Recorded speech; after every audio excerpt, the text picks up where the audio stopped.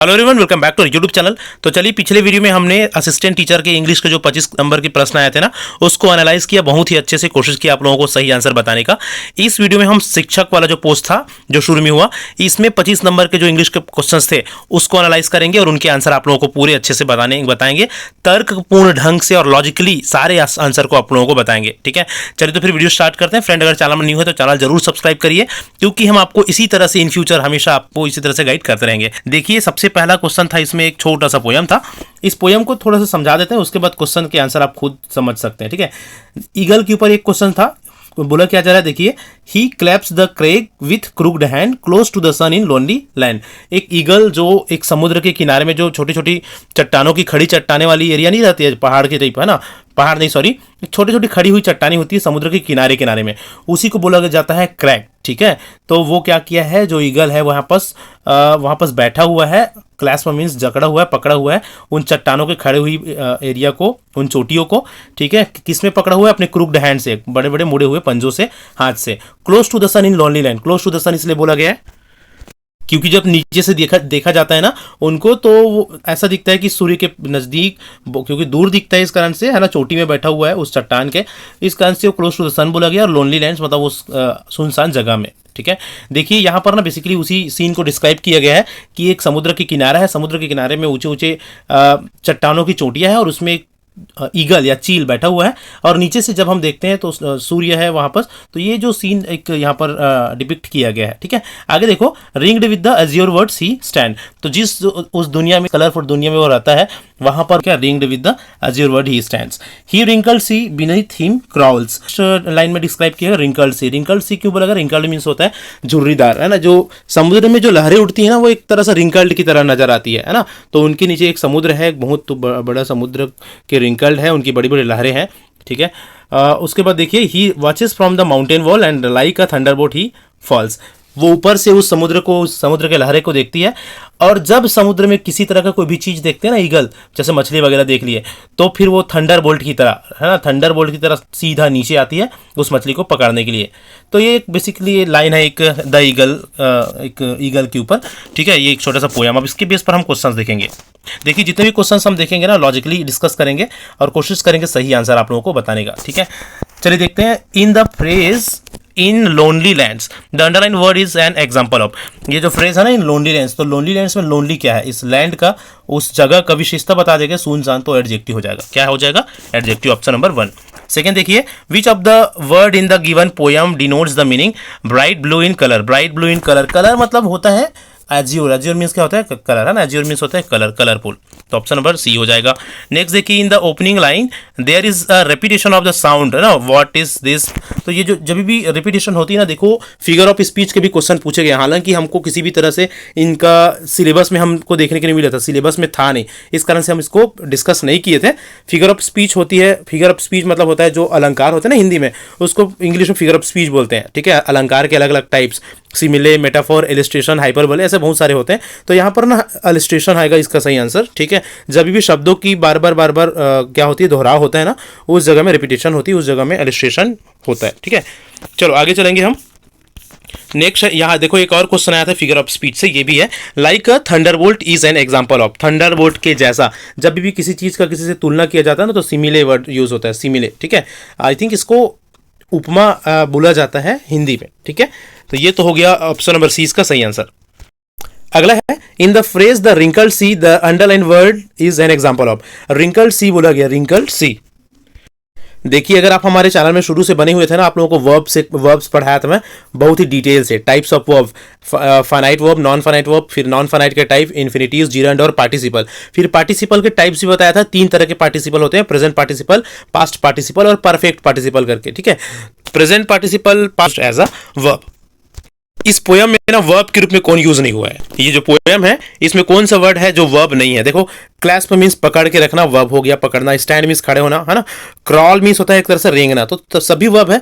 Close कोई verb नहीं है। क्लोज मीन्स यहाँ पर बंद करने के फॉर्म में यूज नहीं हुआ है क्लोज का, बल्कि ना पास के फॉर्म में हुआ है। क्लोज टू द सन करके है ना, क्लोज टू द सन मतलब सूर्य के पास, क्लोज टू द सन, तो ये वर्ब के रूप में यूज नहीं होता। ऑप्शन नंबर बी आ जाएगा इसमें, क्लोज। नेक्स्ट था, the correct IP representation of the word crook. Crooked. Crooked के करेक्ट आईपी रिप्रेजेंटेशन को पूछा गया है, तो अगर हम इसका सबसे सुटेबल अगर हम देखें ना तो ऑप्शन नंबर ए ही नजर आ रही है, क्रुक्ड, है ना। लेकिन इसका मॉडल आंसर में और क्लियर करेंगे, लेकिन फाइनली अकॉर्डिंग टू मी इसका सही आंसर है ए, ठीक है, क्रुक्ड। चलिए अगर हम अगला चलेंगे 66 में। 66 में मतलब अभी आप लोगों को 1 2 3 4 6 इस पोयम के बेस पर क्वेश्चन मिले, बहुत ही आसान क्वेश्चन थे, लगभग आसान थे, ठीक है। इसके बाद हम अपन चलेंगे अगर अनसीन पैसेज में, तो एक अनसीन पैसेज है, थोड़ा सा इसको जल्दी से आप लोगों को पढ़ के समझाता हूँ, फिर इसके क्वेश्चन आंसर डिस्कस करेंगे, ठीक। चलो देखते हैं। बेसिकली इस अनसीन पैसेज में हिस्ट्री के बारे में बताया गया है, इतिहास का महत्व, बेसिकली हम ये इसके बारे में बताया गया। समझते हैं क्या है। The study of history provides many benefits. इतिहास का जो अध्ययन है वो बहुत ही ज्यादा बेनिफिट्स प्रोवाइड करता है। We learn from the past, we may repeat mistake but at least we have the opportunity to avoid them. हम ना पास्ट से सीखते हैं, हालांकि हम अपनी गलती को दोहरा सकते हैं, लेकिन फिर भी हमारे पास एक अपॉर्चुनिटी होता है उसको सुधारने का। Second, history teaches us what questions to ask about the present. दूसरी बात, हिस्ट्री हमें यह सिखाता है कि वर्तमान में हमको क्या करना चाहिए और कौन कौन सी चीजें हमारे लिए ज्यादा इंपॉर्टेंट है, ठीक है। आगे देखो, contrary to some people's view, the study of history is not the memorization of names, dates and place। ये अब देखो यहाँ पर इससे एक क्वेश्चन मिलेगा आप लोगों को, contrary to some people। contrary means होता है अपोजिट, उल्टा।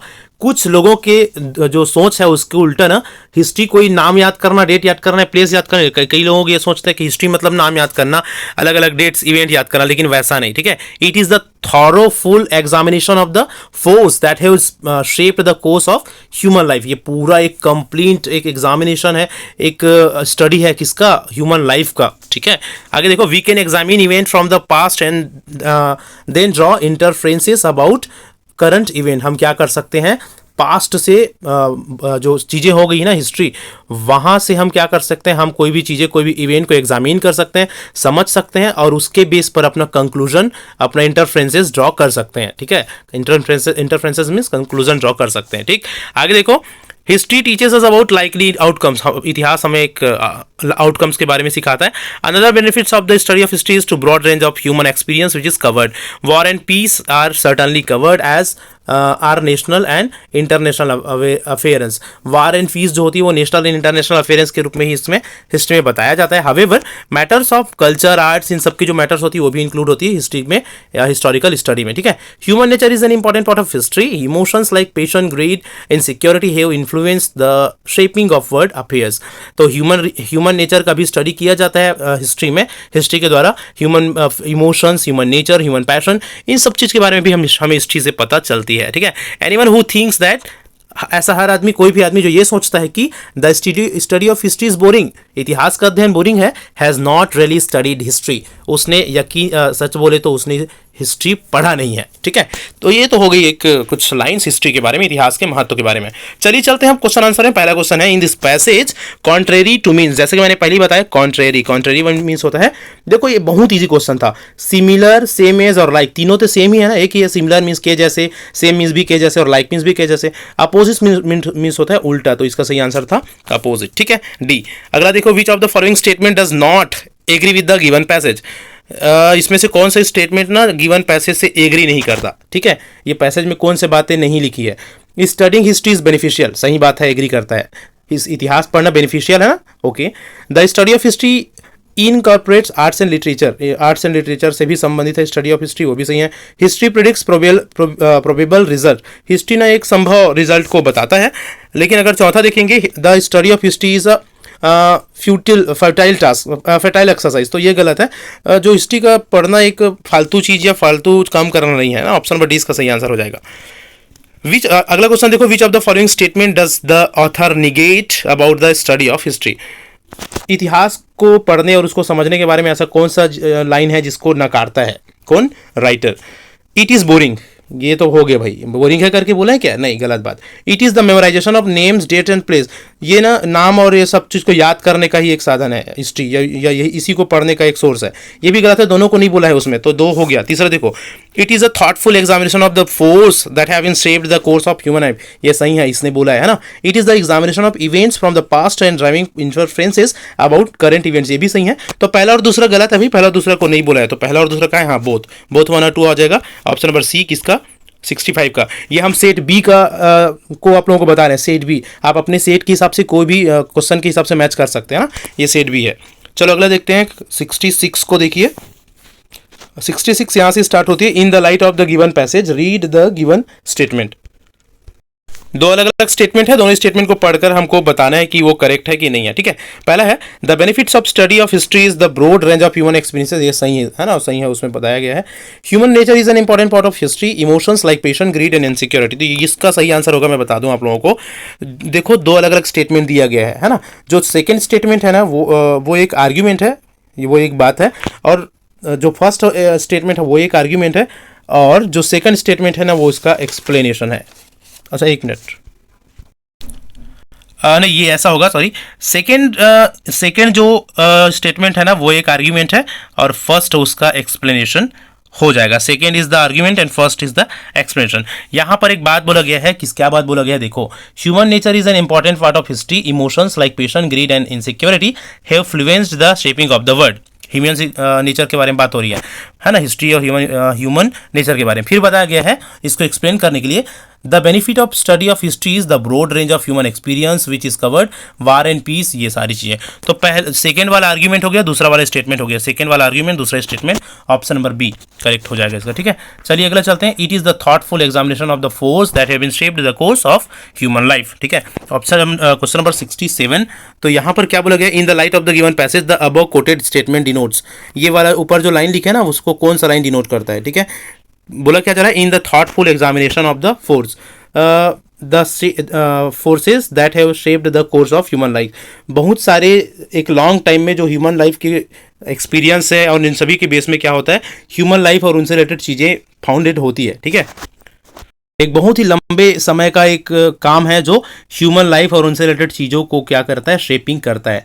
तो ये किस चीज़ को ये डिनोट करता है, देखो history is just a kind of asking question. गलत हो गया, सिर्फ क्वेश्चन पूछना नहीं। History is the study of those cause and effect which effect human civilisation.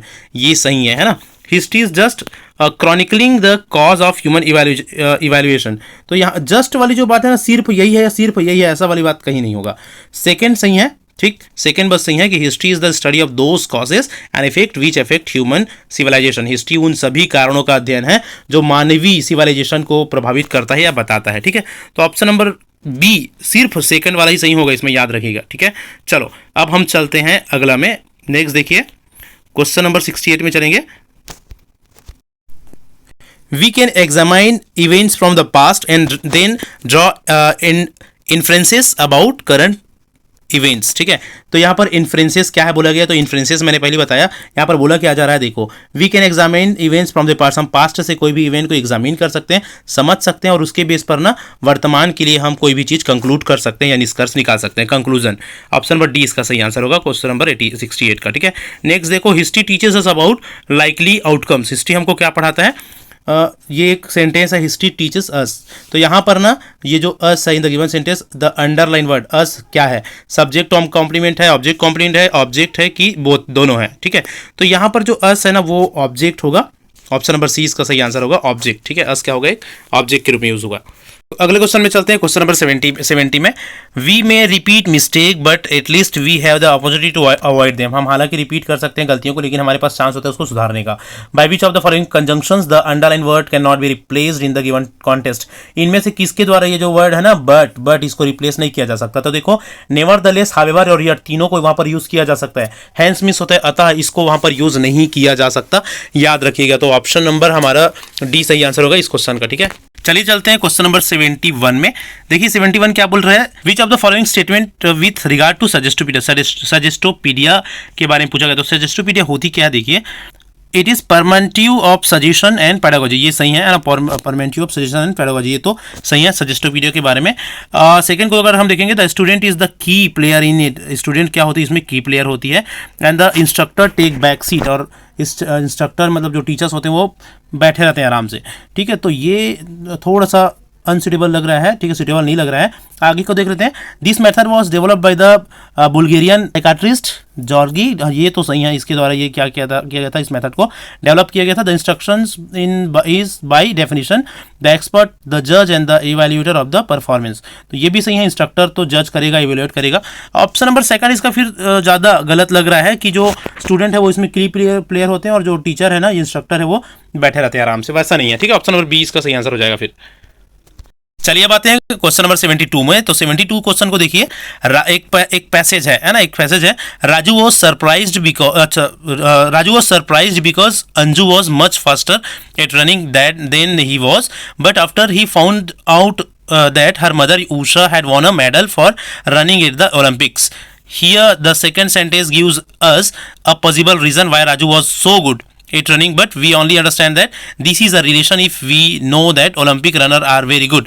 We used our knowledge of the world to see the sense connection between the two sentences here is. अब ये भी देखो grammar का एक question है, पूछा क्या गया है यहाँ पर ना, यहाँ पर एक सिचुएशन दिया गया है, ठीक है, एक सिचुएशन दिया गया।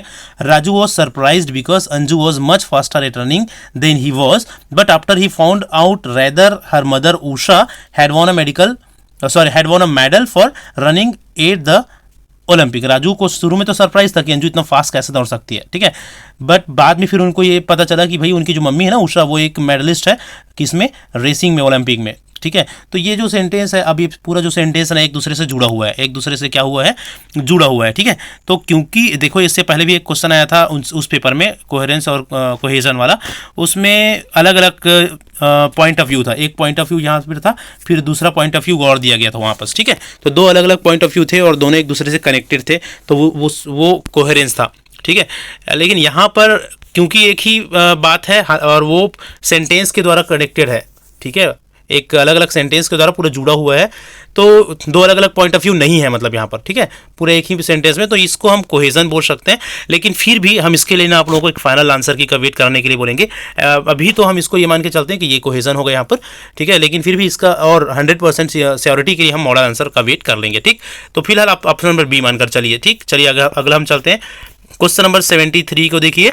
Read the given statement first and second, पहला और सेकंड स्टेटमेंट को पढ़ो। लीड एक्टिविटी और वार्मर्स के बारे में यहाँ पर बताया गया है। तो देखो lead activity generally involves, lead activity क्या होती है, पढ़ाई या क्लास चालू करने से पहले ना बच्चों को रिलैक्स करने के लिए और थोड़ा सा अटेंशन को, उन लोगों को अटेंशन सीकिंग के लिए और उनको ध्यान को लगाने के लिए पढ़ाई में कुछ छोटी सी एक्सरसाइज कराई जाती है, एक छोटी सी एक्टिविटी कराई जाती है ना, एक्सरसाइज नहीं एक्टिविटी कराई जाती है, जैसे कुछ पिक्चर्स वगैरह को दिखाकर उनको पढ़कर उनसे रिलेटेड चीज़ों समझ। यहाँ पर यही बोला गया है कि involve generally the picture around the text और at the title and trying to predict, ये प्रिडिक्ट करने की कोशिश करते हैं कि आगे हम क्या पढ़ने वाले हैं, क्या आने वाला है, तो ये सही है। और वार्मर्स के बारे में भी सही है। Warmers are often use to raise students energy level को बढ़ाने के लिए वार्मर यूज़ किया जाता है ताकि उन लोग कंफर्टेबल फील करें, ठीक है। तो दोनों ऑप्शन लगभग इसमें सही है। Option number both 1 and second and correct, option number पहला ही इसका सही आंसर होगा, ठीक है। किसके बारे में, लीड एक्टिविटी और वार्मर्स के बारे में। चलिए चलेंगे हम क्वेश्चन नंबर 74 में। रीड द, देखिए इतने कॉम्प्लिकेटेड क्वेश्चन है, सारे स्टेटमेंट बेस्ड क्वेश्चन है, ठीक है। सारे स्टेटमेंट्स को आप लोगों को समझा के एक कंप्लीट एनालाइज के साथ आप लोगों को लॉजिकली सही आंसर बताने की कोशिश कर रहे हैं, ठीक है। चलिए देखते हैं। Read the given statement. The objectives of remedial teaching, remedial teaching के बारे में बताया गया। रेमेडियल टीचिंग का उद्देश्य क्या होता है, to give additional help people who for one reason is or another have fallen behind, मतलब किसी भी कारण से क्या हो गया, पीछे छूट गया, उनको क्या करना, एडिशनल सपोर्ट करना रेमेडियल टीचिंग का उद्देश्य होता है, सही बात है। और दूसरा देखो, सम में है पुअर मेमोरी, किसी किसी के पुअर मेमोरी हो सकती है, पुअर लेवल ऑफ मोटिवेशन हो सकता है, शॉर्ट स्पैम हो सकता है, वर्ड सिचुएशन, एसोसिएटेड बिहेवियर, ऐसे कुछ प्रॉब्लम हो सकते हैं, ठीक है। तो दूसरे स्टेटमेंट में कुछ प्रॉब्लम के बारे में बताया गया, ऐसे प्रॉब्लम हो सकते हैं। और उसके पहले स्टेटमेंट में क्या बताया गया, रेमेडियल टीचिंग के बारे में बताया गया और ये बोला गया है कि भाई रेमेडियल टीचिंग नाम की एक चीज़ होती है जिसमें कोई कारण से बच्चे पिछड़ गए ना, उनके लिए ये किया जाता है। फिर दूसरे में अलग अलग टाइप के कारण को बता दिए हैं, अलग अलग टाइप के डिसेबिलिटी को बता दिए हैं। पहले में क्या बताया, पहले में बताया अलग अलग तरह के क्या होती है, डिसऑर्डर्स या डिसेबिलिटी या डिफिकल्टीज होती है, और उस दूसरे में उन डिफिकल्टीज को के नाम बता दिए, ठीक। तो पहले में स्टेटमेंट दिए और दूसरे में उसका एक्सप्लेनेशन, या पहले में आर्ग्यूमेंट दिए, दूसरे में उसको एक्सप्लेन किए। तो यहाँ पर अगर हम देखेंगे तो पहला जो स्टेटमेंट था ना वो एक तरह का एक आर्ग्यूमेंट था, एक बताया कि ये सारी चीज़ें, और दूसरे में ना उसको एक्सप्लेन कर दिए, उसको एक्सप्लेन करने के लिए अलग अलग एग्जाम्पल दे दिए, ठीक है। तो पहला आर्ग्यूमेंट, दूसरा एग्जांपल आ सकता है। ऑप्शन नंबर फर्स्ट, इस statement one is an argument and statement second is explanation, ठीक है। इस तरह से हम इसको मान के चल सकते हैं। बेसिकली इस तरह के जो भी क्वेश्चंस होते हैं फिर वो भी अपन क्या बोल सकते हैं, व्यापम के डिसीजन के ऊपर डिपेंड कर देता है, ठीक है। अब व्यापम इसको स्टेटमेंट, उसको आर्ग्यूमेंट बोल दे उसको, तो उस पर फिर देखा जाएगा क्या होता है। फिलहाल अपन मान के चलते हैं ए को, ठीक है। पहला वाला स्टेटमेंट है, दूसरा वाला उसका, पहला वाला आर्ग्यूमेंट है, दूसरा वाला एक्सप्लेनेशन है, ठीक। चलो अब चलेंगे as per communicative language teaching, CLT जो मेथोलॉजीज होते हैं, है ना, लैंग्वेज टीचिंग का, कम्युनिकेटिव लैंग्वेज टीचिंग का, उसमें विच of the following is not prescription for grammar teaching, के लिए कौन सा चीज़ प्रिस्क्राइब नहीं किया जाता। Grammar teacher should be done in contest, सही बात है। ग्रामर टीचर तो भाई कॉन्टेस्ट के साथ, बुक पढ़ाने के साथ साथ पढ़ाना चाहिए, okay. First fluency then accuracy. Communicative क्या बताएगा भाई, फ्लुएंसी पर ज़्यादा जोर देता है, पहले फ्लुएंसी लेवल बात करना अच्छे से आए, एक्यूरेसी को देख लेंगे, ठीक है। तो ये भी सही है। Use the detective form of teaching है, और focus on meaning rather than forms, ये चौथा वाला भी सही है। ऑप्शन नंबर 3 इसका सही आंसर होगा most suitable, use the detective form of teaching. जो कम्युनिकेटिव लैंग्वेज टीचिंग है ना, वो डिडक्टिव फॉर्म ऑफ टीचिंग नहीं बल्कि इंडक्टिव फॉर्म ऑफ टीचिंग को अपनाता है। डिडक्टिव फॉर्म आई होप आपने पढ़ा होगा। इंडक्टिव मतलब होता है आगमन, डिडक्टिव मीन्स होता है निगमन, ठीक है। तो निगमन में क्या होता है, पहले नियम वियम को पढ़ाया जाता है, उसके बाद बाकी बताया जाता है। तो ये कम्युनिकेटिव लैंग्वेज में पहले नियम वियम को, कानून को पढ़ाएंगे क्या, नहीं, ठीक है। तो डिडक्टिव मेथड यूज नहीं होता इसमें। तो ऑप्शन नंबर सी इसका सही आंसर होगा, ठीक है। चलो अगला चलते हैं 76 में। The first listening task mister Ashutosh gives his student is usually one in which they have to decide on the general meaning of the text. जो टेक्स्ट है उनके जनरल मीनिंग निकालना, यही टास्क दिया जाता है यूजुअली आशुतोष के द्वारा, और टीचर है उनके द्वारा। Which aspect of listening it is, ये कौन सा लिसनिंग का कौन सा एस्पेक्ट है। Listening for specific information, listening for gist, listening extensively की लिसनिंग फॉर डिटेल्स। तो देखो दो ऑप्शन में इसमें कंफ्यूजन है, लिसनिंग फॉर गिस्ट और लिसनिंग फॉर एक्सटेंसिवली में। लिसनिंग फॉर गिस्ट मतलब हो जाता है एक सार बात के लिए सुनना, और एक्सटेंसिवली मीन्स क्या हो जाता है, ऊपरी ऊपरी चीज़ों को या तो कोई मेन चीज़ों को सुनना, जनरल चीज़ों को। तो जनरल मीनिंग के लिए कोई भी बात बताई जाती है तो ऑप्शन नंबर सी वैसे इसका थोड़ा सा सुटेबल लग रहा है। लेकिन लिसनिंग फॉर गिस्ट या सार बात, जो मेन जो सार बातें हैं उनको सुनना भी हो सकता है, ठीक है। तो इसको भी देख लेते हैं, दो ऑप्शन में कंफ्यूजिंग है। अगर सबसे ज़्यादा सुटेबल की अगर हम बात करें, लिसनिंग एक्सटेंसिवली आएगा इसमें, ठीक है। चलो आगे चलते हैं, 77 को देखते हैं। इन द कॉन्टेक्स्ट, देखो स्टेटमेंट बेस्ड क्वेश्चन है, तो स्टेटमेंट बेस्ड क्वेश्चन में 100% एक्यूरेट नहीं बताया जा सकता है ना, क्योंकि इसमें फिर वो व्यापम डिसाइड करते हैं, व्यापम के ऊपर होता है कि वो किस चीज़ को लेते हैं। क्योंकि ये भाई कोई एक आंसर वाला क्वेश्चन तो नहीं, कोई गणित नहीं है कि जिसका एक संभव ही आंसर होगा, है ना, अलग अलग आंसर हो सकते हैं। In the constant of progress testing के विषय में देखते हैं, क्या डिजायरेबल या कौन सा स्टेटमेंट सही नहीं है, सीधी सी बात है ना। A teacher should include all skills, progress testing में टीचर को सारे स्किल में क्या होना चाहिए, इंक्लूड होना चाहिए। ऑप्शन नंबर पहला तो सही है, ठीक है। दूसरा, the teacher should give feedback on student performance, student के परफॉर्मेंस में ना फीडबैक भी देना चाहिए टीचर को, दूसरा भी सही है। तीसरा, the teacher should use variety of ways to evaluate progress, ये भी सही है भाई। प्रोग्रेस को इवेल्युएट करने के लिए डायरी, सेल्फ इवेल्युएशन, सब चीज़ को यूज़ करो। तो ऑप्शन चौथा गलत हो जाएगा। The teacher should treat the score of same as those on the final exam, final exam के स्कोर से ही क्या करना चाहिए, के हिसाब से ट्रीट करना चाहिए। तो ये गलत है, ऑप्शन नंबर डी इसका सही आंसर हो जाएगा कि ये सही नहीं है, ठीक है। किसके बारे में, प्रोग्रेस टेस्टिंग के बारे, अच्छा प्रोग्रेस टेस्टिंग है ना, प्रोग्रेस टीचिंग नहीं, सॉरी प्रोग्रेस टेस्टिंग के बारे में, ठीक। चलो आगे हम चलेंगे 78 के क्वेश्चन में। Read the given statement first and second, पहला और सेकंड स्टेटमेंट को पढ़ो। Language acquisition is a subconscious process, सही है। Language learning is a conscious process, वो भी सही है, दोनों सही है। Option number B will be the correct answer, only sorry option number C will be the correct answer, both 1 and 2 are correct, ठीक है। चलो अगले क्वेश्चन में चलेंगे बिना देरी किए। Register in the language teaching contest means, भाई देखो रजिस्टर वाला क्वेश्चन आया था, ज़्यादातर लोगों ने अब इसमें क्या किया है, यहाँ पर नाम वगैरह लिखने का एक लिस्ट या तो आर्टिफिशियल लिस्ट, लेकिन लैंग्वेज में ना, लैंग्वेज टीचिंग में रजिस्टर का अलग ही मतलब होता है, ठीक है। लैंग्वेज टीचिंग में रजिस्टर किसको बोलता है, register is a type of language, एक तरह का भाषा है रजिस्टर, ठीक है। That is used to in a piece of writing formal या इनफॉर्मल एक क्या है भाषा है। ऑप्शन नंबर डी इसका सही आंसर होगा, याद रखना। रजिस्टर लैंग्वेज टीचिंग में देखो, स्पेशली ऐसी नॉर्मल रजिस्टर नहीं पूछा जा रहा, लैंग्वेज टीचिंग में रजिस्टर पूछा जा रहा है, ठीक है। तो ऑप्शन नंबर डी होगा, register is a type of language, ठीक। चलो लास्ट क्वेश्चन है 80 नंबर का क्वेश्चन। Read the given statement first and second. फिर से स्टेटमेंट है, पढ़ो भाई, चलो पढ़ते हैं। Errors occurs when learners try to say something that is beyond their current level of knowledge और लैंग्वेज प्रोसेसिंग। गलतियां कब होती है? जब वो अपने किसी भी जो क्षमताएं हैं, जो नॉलेज है, पिछला नॉलेज उसको यूज़ करते हैं, तो यूज़ करेंगे तो एरर तो होगा, है ना।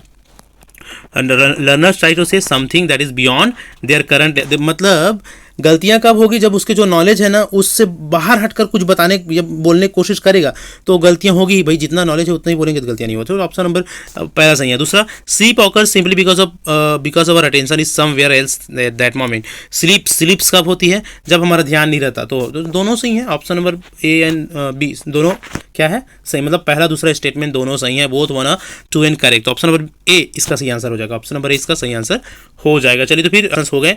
आई होप कि आपको समझ में आया होगा और लॉजिकली आपको करेक्ट लगे होंगे लगभग सारे आंसर। जो आंसर्स हमको करेक्ट नहीं थे उसके लिए हम व्यापम का वेट करते हैं, ठीक है।